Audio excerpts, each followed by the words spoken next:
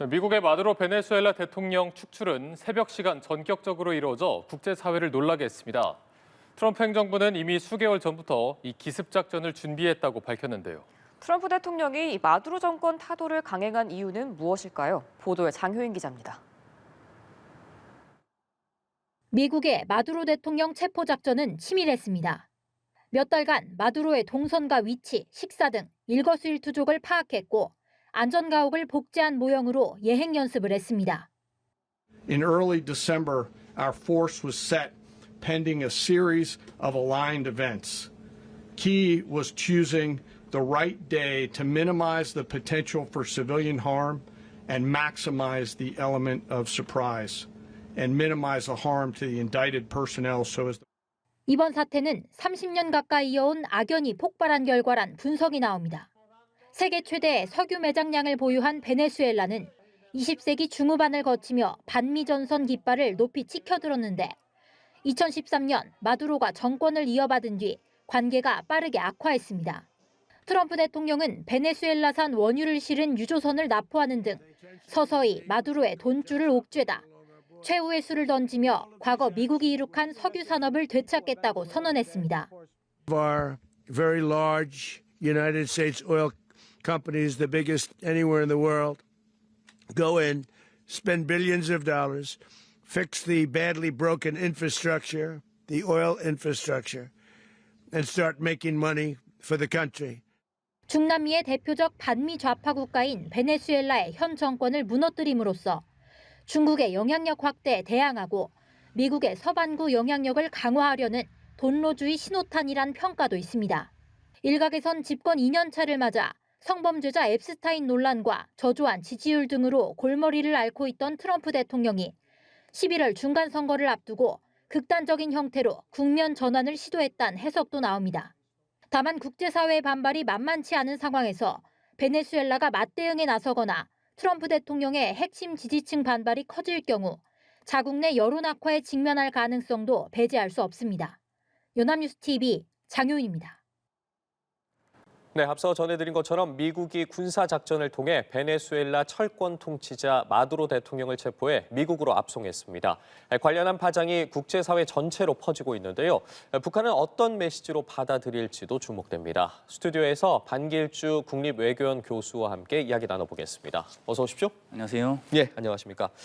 저희도 앞서 계속해서 기자의 리포트 등으로 관련 소식 전해드리고 있는데 트럼프 행정부의 마두로 정권 축출에 국제사회에서도 지금 여러 반응이 쏟아지고 있습니다. 당장 유엔을 비롯해서 유럽, 러시아, 중국, 중남미 국가들은 국제법 위반이다라면서 비판의 목소리를 높였고 반대로 아르헨티나나 이스라엘, 이탈리아 등 좀 트럼프와 가까운 국가들에서는 환영을 표명하기도 했거든요.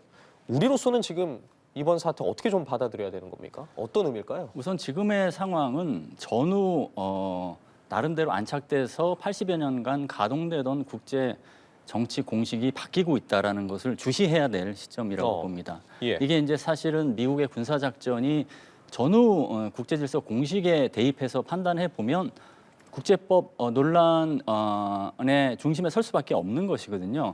그게 전쟁이든 군사작전이든 하든 간에 이제 법적으로 정당성을 가지려면 한 3가지 정도가 범주 안에 들어야 되는데 예. 첫 번째는 자위권이죠. 자위권은 유엔 헌장 51조에서 개별적 자위권, 집단적 자위권을 이제 명시한 즉 자위권 차원에서의 대응은 전쟁에 돌입하는 데 있어서 정당성이 이제 부여가 되고요. 두 번째는 유엔 안보리가 이제 결의한 경우에 그것도 인정이 되고 마지막에는 해당 국가의 정부가 도와달라고 요청한 경우 이 정도는 되지만 거기에 다 해당되지 않거든요. 그렇게 따지면 국제질서 공식이 굉장히 지금 빠르게 바뀌고 있다는 그런 측면이 있고 말씀하신 대로 미국의 군사 작전에 박수 혹은 지지를 보내는 그런 진영 입장에서 보면 국제법을 지키는 것보다 당장의 국익을 지키고 안보를 달성하는 게 유리하다는 판단이 있는 것이죠. 그래서 일부 중남미 국가들은 제2의 베네수엘라가 되지 않기 위해서 그 미국의 행동을 두둔하는 경우가 있는 것이고 이스라엘 같은 경우는 국제법 어떤 위배에 대해서 논란의 소지가 많았는데 미국이 두둔해줬잖아요. 그러니까 예. 사실은 반대급부로 미국의 군사 침공에 대해서 지지를 표명하는 이런 이익에 관련된 어떤 기제가 굉장히 강하게 작동되는 것으로 평가할 수 있겠습니다. 반응에 대해서 살펴봤으니까요. 이번에 좀 구체적인 내용을 들여다보겠습니다. 지금 뭐 불길이 치솟고 있는 장면 등도 확인할 수가 있는데 이번 공습으로 인해서 군인과 민간인이 최소 40명이 사망을 했습니다. 지금 수도인 카라카스 공항 서쪽 해안가의 민간인 지역도 공습을 받은 것으로 전해졌고 그리고 마두로 대통령 체포 과정에서 이 쿠바인 경호 인력 다수가 사망했다는 얘기도 전해지고 있습니다. 트럼프 대통령은 지금 미군의 장비는 단 한 점도 손실되지 않았고 더 중요한 건 단 한 명의 미군 병사도 사망하지 않았다. 물론 미군 입장에서는 성공적인 작전일 텐데 어쨌든 이제 사상자가 나오지 않았겠습니까? 그렇죠. 이 확고한 결의 작전이 과연 성공한 것인가를 뭐 따져볼 그런 지점이 있는 건데 그게 두 가지로 나눠서 분리해 봐야 됩니다. 사실은 전술적인 성공과 전략적인 성공은 좀 다를 수가 있거든요. 전술적으로는 분명히 성공한 지점이 있는 것이죠. 이게 사실은 이 작전이 미 대선 때부터 사실은 분위기가 어느 정도 이제 포착이 되긴 했습니다. 이게 지금 마두로에 대한 마두로를 이제 반대로 생각하는 이제 정적에 힘을 실어주는 행동이 있다가 지난해 8월부터는 해상에 그 함대를 전개시키고 그 이후에 그게 이제 고강도 심리전이었고 그걸 실체적으로 현장에서 작전화시키기 좀 시작한 게 마약 운반 의심 선박에 대한 타격이 있었고. 그리고 그 화물선 납포 이런 것들이 있었잖아요. 그리고 이제 특수부대를 이제 결집시키는 모습이 있었어요. 그리고 작전을 했잖아요. 그랬는데 그 5개월 동안에 어떤 그 여건 조성과 실체적인 작전 포함했을 때 굉장히 빠른 시간 내에 마두로를 이제 체포하고 미국에 이제 압송을 했고 그리고 미군 사상자는 말씀하신 대로 없었잖아요. 그럼 사망자가 없었기 때문에 분명히 전술적으로는 성공한 것입니다. 그렇지만 전략적으로 성공하기 위해서는 이러한 군사 침공에 대한 정치적 아니면 좀 중장기적 목표 달성에 얼마나 이게 동력이 될 수 있을지를 따져봐야 되거든요. 그렇게 따지면 미국이 바라는 것은 사실은 친미 정권 수립이라는 게 있는 것이고 이게 이제 만만치 않은 숙제임이 분명하고 왜냐하면 과거 냉전이시든 탈냉전시기든 여러 가지 미국의 개입 상황을 고려해 보면 전략적 목표를 달성하지 못한 경우가 대부분이었기 때문에 그게 있고 그리고 석유 투자에 대한 이익을 다시 다 가져오겠다라는 게 과연 미국의 의도대로 될지 그리고 세 번째는 이거를 통해서 마약이라는 문제가 완전히 근절됐지 이게 이제 사실은 중장기적 숙제거든요. 그러니까 전술적으로는 성공했지만 전략적으로 성공하는 것은 지금부터 사실은 어떻게 보면 시작이다 이렇게 볼 수 있겠습니다. 예, 지금 앞서 저희도 화면 좌측을 통해서 여러 가지 지금 내용들을 정리해서 보여드리고 있고 지금은 시간대별 이제 상황이었고 또 앞서 각국의 반응들에 대해서도 저희도 전달해 드리고 있는데 유엔 안보리도 긴급 회의를 열기로 했습니다. 트럼프 행정부의 외국 수반 체포에 대해서 국제법 위반이냐 아니냐 이런 논란이 제기가 되면서 베네수엘라가 회의 소집을 요청했고 지금 주변국인 콜롬비아가 이 요청을 전달했습니다. 그리고 중국과 러시아가 이를 지지했는데 미국이 이러한 국제사회 여론전을 좀 신경을 쓸까라는 부분에 대해서 의문이 제기되고 있는 것 같아요. 어쨌든 이런 안보리 회의 같은 경우에 뉴욕에서 열리지 않겠습니까? 미국 내에서 열리는데 과연 미국 신경 쓸까요? 어떻게 보세요? 우선 이제 미국이 표면적으로 외부의 어떤 반대 목소리, 미국의 행동에 대한 반대 목소리에 대해서 여유로운 모습을 보이는 이유는 크게 한 세 가지라고 이제 볼 수 있겠습니다. 첫 번째는 미국이 체포 근거를 나름대로는 준비했다는 것이죠. 이것은 미 법무부가 주도한 작전이다. 즉 피의자다. 마두로는 피의자다. 피의자의 어떤 현상금까지 걸린 피의자를 국내법적으로 심판하기 위해서 데려온 거다라는 법적인 성격을 좀 강조하는 게 좀 있는 것이고 두 번째는 마두로를 베네수엘라 대통령 정부 수반으로 인정할 것이냐 아닐까 여부에 따라서 이렇게 달라지는 건데 사실은 트럼프 일기 행정부 때도 그랬고 그다음에 바이든 행정부 때도 그랬고 마두로를 미국 정부 입장에서는 공식 지도자로 인정 안 하려는 움직임이 있었습니다. 왜냐하면 선거의 정당성 문제 이런 것 때문에 그렇기 때문에 미인정 측면이 있기 때문에 미국도 할 얘기가 있다라는 게 있는 것이고 마지막으로는 유엔 안보리 상임이사국으로서 미국이 갖고 있는 거부권 때문에 유엔 안보리에서 어떤 결의를 채택하기가 힘들잖아요. 그런 것들이 복합적으로 작용해서 여유 있는 모습이 비춰진다라고 볼 수 있는데 이게 이제 따지고 보면 앞서서 말씀드렸다시피 국제법적 논쟁이 분명히 있기 때문에 그거에 대한 추가적인 대응을 위해서 내부적으로는 더 많은 것을 준비할 것으로 예측이 됩니다. 알겠습니다.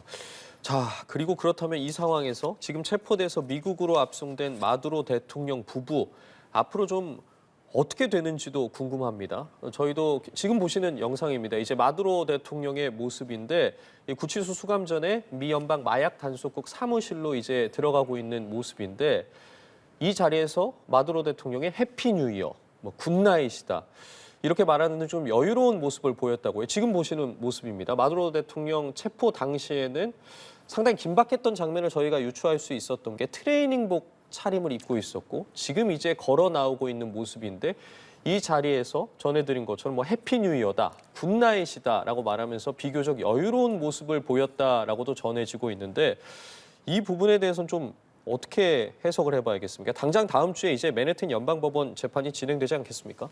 예, 여유 있는 모습을 보인 것은 그거죠. 지금 부통령 중심으로 해서 지금 그 국정이 지금 현재 마두로 정권이 유지된 상태에서 마두로는 없지만 진행되고 있잖아요. 그 마두로 정권에 대한 어떻게 보면 이제 미국의 입장에서 보면 잔당, 그 나머지 잔당 세력에 대해서 그 정부를 잘 운영할 수 있게끔 그 어떤 메시지를 우회적으로 보내는 것이죠. 그게 예. 있고 그리고 이게 이제 부당하다는 그 이런 체포가 부당하다는 메시지를 국제사회에 알려서 당당하다라는 목소리를 이제 보여주는 게 있는 것이죠. 왜냐하면 이제 확고한 결의작전 성격 자체를 따지고 보면 국내법 집행을 위해서 군사작전이라는 방법과 수단을 사용한 것이거든요. 이게 사실은 국제적으로 여러 논란의 소지가 있는 것은 분명하기 때문에 그것을 염두에 두고 여유로운 모습을 보여준 거라고 생각을 하고 실제로 이러한 논란이 있기 때문에 지금 행정부에서 군사작전을 한 게 이게 어떤 사법적으로 문제가 없는지를 판단하는 측면에서는 사법부하고